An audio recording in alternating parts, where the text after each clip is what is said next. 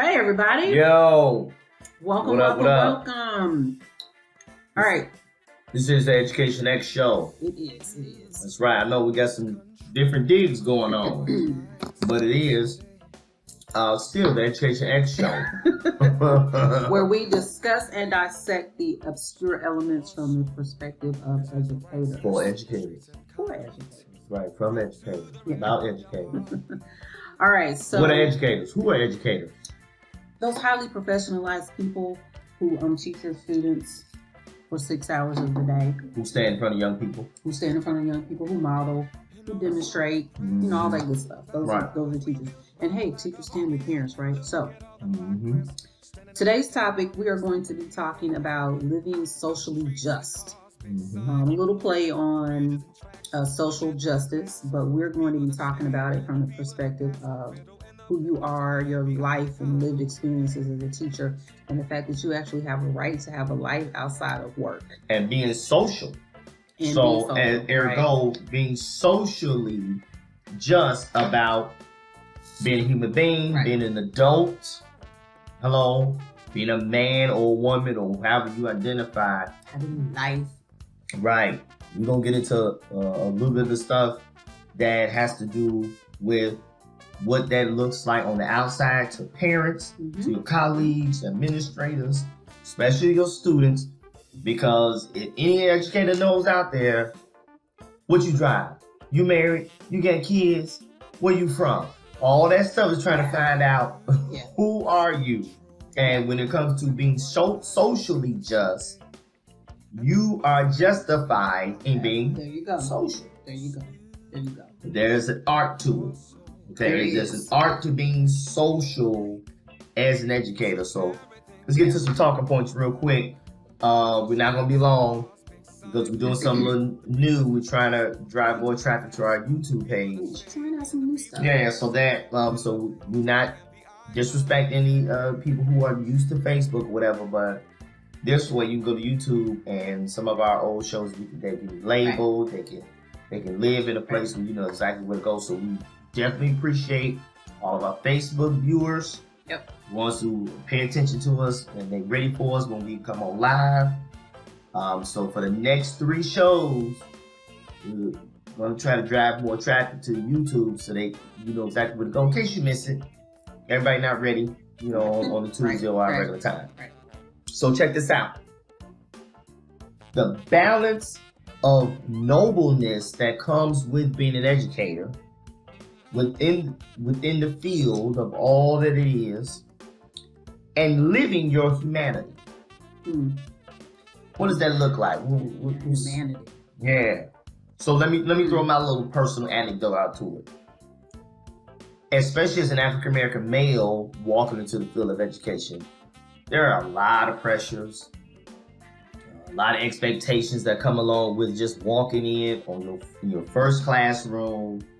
Looking at your first class, you're already knowing what comes along with that. When parents meet you for the first time, some may flat out tell you you're the first male, you're the first African American, and then if you got the double dose of being the first African American male that I've ever seen in school, I never had one growing up, or my child has never, so that right off the bat. Any open house, any parent-teacher conference, it's like, what are you really trying to say? Meaning, all right, you're trying to slip in the fact you can't ever mess up because my son has been waiting for a mentor. You in a shirt and tie for all their school life, and they can be first graders for crying out loud. But they're trying to help, with their eyes tell you, can you help raise my son, please? Yeah. And it's like, whoa, okay, enough of the pressure. I'm gonna do the best I can with who I am. And that means you doing all right for a certain amount of time, and then you see that parent out and you're being social. Now, me as a single man, that means I'll wave at you if I'm on a date and I see you out, and maybe you with your child. Hey, there's Mr. So-and-so. Hey, what's going on? Right. It's like, what are you doing here at this restaurant? Eating food. Yeah. And possibly having an adult Enjoying beverage. Yeah. Because I'm living my life. I am living my life. I'm being a social person, a social being. And I think sometimes with our profession, there are all of these unwritten rules and unwritten expectations about who we're supposed to be in front of our students when we're in school, and then how is that supposed to carry over into our private and our personal lives, which could be some parallels there, but some of that's different. There might be personal things that you share with people, but you might not share all of your private things or whatever it is you deem to be private. And we even know school districts that tell their people, we never want you to be seen out in public having a drink. What are you talking about? I am in my 40s. This ain't Grace and Boom for nothing. I mean, come on. She can be graceful while she do it. And I'm giving you the boom so that you know, there's a chance this guy may, go out and enjoy himself, have a good time. I mean, goodness. And as with anything, everything in moderation.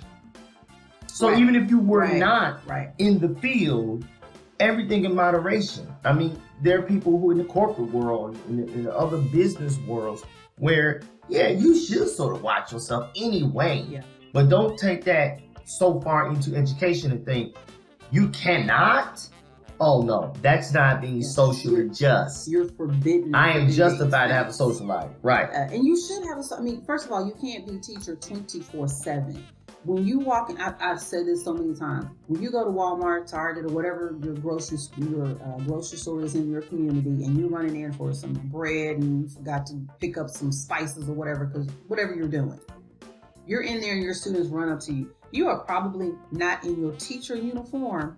You're just in there like anybody else trying to get whatever you need. And you're not necessarily the teacher. You are whoever your first and your last name is. So you are, again, justified to have a life. You do have to watch yourself, I think, for sure, because education is bound by teacher ethical responsibilities, expectations. You certainly need to follow all your school policies. You need to do all of those things. But dang, you can have a life. And you should have a life because you're going to need it. So you put them 6 hours of the day. Trust me, you're going to need to have a life. And she just posed a nice segue into our second talking point. The interpretation of being single with a social life and selective about how you share it. So everything that you mentioned also speaks to the practice of, listen, I'm still a single man in education in a very female-dominated arena. I think the only one that's outdoing the education field as far as female-dominated is nursing.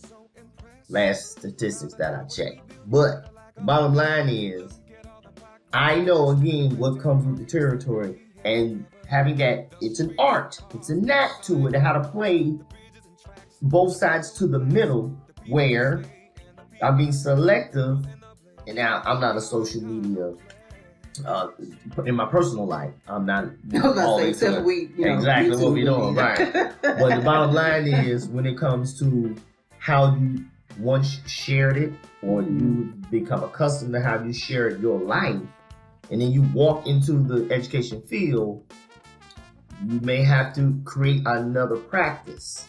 Scale it back a little bit. It's not saying totally cut it off. But again, just like when you think, moderation. So therefore, be conscious about the idea I'm in education, and what we're saying is what's this going to look like, what's going to look like? Because you don't want to wear yourself out. But trust me, if you're just at least thinking about it a little bit, you're on the right track. There was something that I read. I think she's a teacher actually. Her name is Gwyneth Jones, and she wrote this, and I thought, well, this is kind of interesting. So when it comes to social media, on social media, it's good to overshare the professional, undershare the personal, and never share the private, because that's just creepy. Right. So again, if you're already doing that, you might want to go purge your social media and figure out what doesn't need to be there. Right. But I think, you want to share parts of, that's what social media is about. So you're sharing parts of your life, but there might be things that probably shouldn't post. Like if you're going through, for example, you're going through a really horrible, nasty, tear down divorce. That may not be information you want to share out on social media, especially if you have a public page. Mm-hmm. That's, people can see that. That may not be something that you want to share. Which leads into another very, very poignant segue about avoiding the pitfalls of over socializing with colleagues. Yeah. Again, I'm only speaking from my bias and my experience.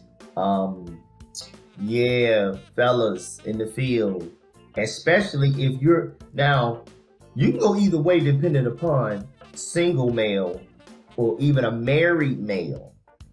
Because once again, I'm a TK. So therefore, walking into that field, knowing the type of, we going out for drinks, we hanging out after a parent conference, all that is great. It definitely builds some cohesion. It's paramount when it comes to strengthening, I'm going to say PLCs, but really just a community of itself. Mm-hmm. But be aware of what may be misconstrued as something else because you over socialized. Yeah. If you're married, you just gotta watch that all. Yeah, man, because you just might want to just watch it. Okay, I'll say it this way. Watch the landmines and the minefield. I mean, there's some minefield. There's some as you would anything. As you would if you had any job where there are 2 or 3 people, watch yourself. That's all. Watch yourself. Just watch yourself. Yeah. But all that is to say, you are honored and entitled to being socially just or justified in being social because you are a human being. Yeah. Yes. And I think I can say this for both of us. We want you to have, not that we run in the world, but we want you to have a social life. Because if you don't, then you take all of that aggravation and frustration back into the classroom, and that's no good for the students. So you need stress is to real. Have a social life. That stress is very real. Yeah. Family life, social life, private life, personal life, all of those things outside of the 4 walls of the building in which you teach, you need to experience that and have that. And some of that stuff is going to come back into the classroom anyway, and hopefully it comes back in a very positive way. And that means you cannot avoid. We know who like you, Mr. Jones. Or you don't quite like them. Right. Right.